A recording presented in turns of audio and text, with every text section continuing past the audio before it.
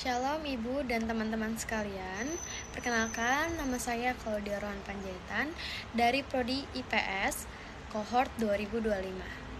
Di sini saya akan mempresentasikan mengenai mengajar multi-age classroom. Sebelumnya, saya akan menjelaskan apa itu daycare. Daycare adalah tempat penitipan dan perawatan anak-anak yang dikelola oleh pihak tertentu sebagai menggantikan pengasuhan orang tua yang bekerja. Jadi, saya akan menjelaskan siapa itu anak usia dini.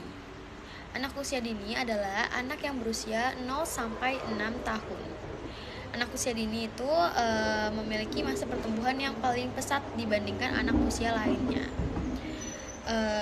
Biasanya anak usia dini itu dia belajar melalui bermain seperti itu. Jadi mereka belajar melalui permainan-permainan atau aktivitas yang dilakukannya.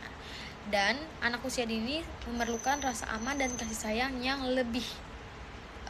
Kemudian apa peran kita sebagai daycare? Jadi peran daycare adalah yang pertama itu adalah tempat aman dan nyaman bagi anak. Kita harus memberikan tempat yang aman dan nyaman untuk anak supaya anak itu bisa bertumbuh dan berkembang dengan baik. Yang kedua itu adalah mendukung tumbuh kembang fisik, kognitif, dan sosial emosional. Yang ketiga itu menjadi partner orang tua, karena kita di daycare ini adalah memiliki peran pengganti gitu dari pengasuhan orang tua seperti itu. Terus yang keempat itu anak belajar mandiri, berbagi, disiplin, dan bersosialisasi. Anak bisa belajar mandiri, berbagi, disiplin, dan bersosialisasi itu melalui daycare, melalui apa yang kita tanamkan, apa yang kita ajari di daycare seperti itu. Nah, stimulasi apa yang dapat kita tunjukkan atau kita berikan kepada anak-anak di daycare? Yang pertama itu kita menyapa dengan hangat. Yang kedua itu bermain aktif. Bermain aktif di sini merujuk pada motorik kasar dan halus. Yang ketiga itu membaca cerita dan bernyanyi. Melalui kita membaca cerita ataupun bernyanyi itu bisa melatih motorik-motorik yang ada pada seorang anak. Terus yang keempat adalah mengajarkan rutinitas. Rutinitas yang dimaksud seperti makan, mencuci tangan, dan merapikan mainannya seperti itu. Dan yang terakhir itu adalah menenangkan dan meneguhkan emosi anak. Karena anak usia dini adalah anak yang memiliki emosi yang tidak stabil. Jadi kita harus sabar menenangkan dan meneguhkan emosinya. Nah, selanjutnya di sini saya akan menjelaskan apa saja yang harus dilakukan di daycare. Yang pertama adalah sambut anak dengan hangat. Jadi, misalnya ada seorang anak bernama Jessica baru masuk ke kelas atau ke suatu ruangan. Jadi, kita harus menyapanya atau menyambutnya dengan senyum, kontak mata. Kita harus ada eye contact ya, kontak mata, dan kita panggil namanya seperti kayak good morning Jessica, seperti itu. Jangan lupa senyum. Gitu. Terus yang kedua itu gunakan bahasa positif. Jadi kita di daycare ini harus mencontohkan yang baik ya. Jadi kita harus menggunakan kalimat-kalimat atau bahasa-bahasa yang jelas dan ramah seperti itu. Terus yang ketiga itu mendengarkan anak dengan sabar. Jadi misalnya ada anak yang sedang sedih atau sedang marah, itu kita berikan dia waktu dulu gitu untuk menenangkan atau mengekspresikan emosinya. Baru setelah waktunya sekiranya cukup, baru kita tanya dan kita tanya keadaannya, apa masalahnya dan lain sebagainya. Kemudian selanjutnya itu berikan pujian yang tulus. Jadi kita memberikan pujian itu bukan serta-merta karena pencapaian atau hasilnya.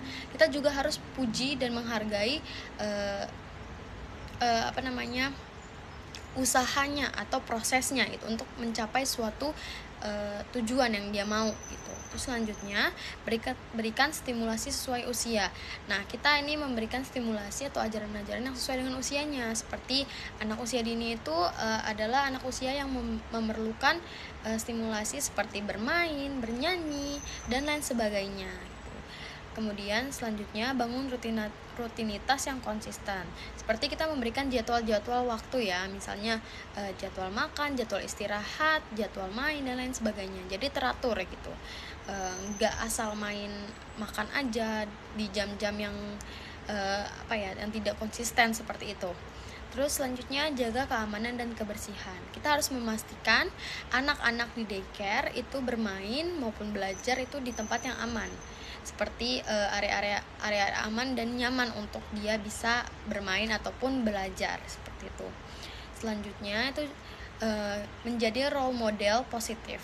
Kita harus memberikan sikap yang sopan dan sabar untuk mengasuh atau merawat anak-anak di daycare seperti itu. Selanjutnya kita harus melibatkan anak dalam kegiatan sederhana seperti itu. Terus yang terakhir adalah komunikasikan dengan orang tua.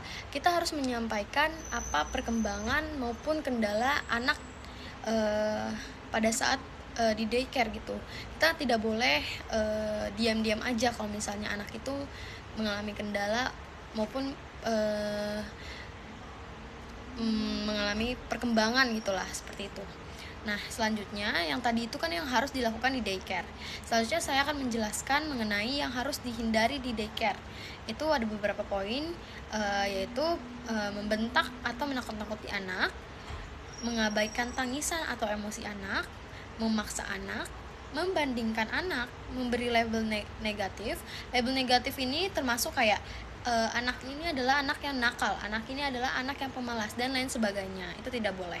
Selanjutnya itu meninggalkan anak tanpa pengawasan, karena seperti kita tahu kita tidak boleh meninggalkan anak tanpa pengawasan karena itu mengakibatkan fatal gitu ya. Selanjutnya menggunakan hukuman fisik seperti mencubit ataupun memukul. Terus mengabaikan prosedur kesehatan dan keamanan, seperti kita lupa untuk mencuci tangan sebelum makan, maksudnya memberitahukan atau mengingatkan anak untuk mencuci tangan sebelum makan seperti itu. Terus selanjutnya terlalu fokus pada tugas administratif sehingga kita lupa untuk berinteraksi dengan hangat kepada anak-anak. Terus yang terakhir adalah menyampaikan masalah anak ke orang tua dengan nada menyalahkan. Kita tidak boleh menyampaikan kendala atau masalah anak ke orang tuanya itu dengan cara kita menyalahkan anak tersebut, kayak kita memberitahukan masalah yang ada oleh anak tersebut, tapi kita seakan-akan kita menyalahkan atau menyudutkan anak tersebut. Itu tidak boleh ya, karena anak adalah anugerah. Jadi kita perlu memberikan kasih sayang, kesabaran, dan stimulasi yang tepat kepada anak. Sekian presentasi dari saya, terima kasih.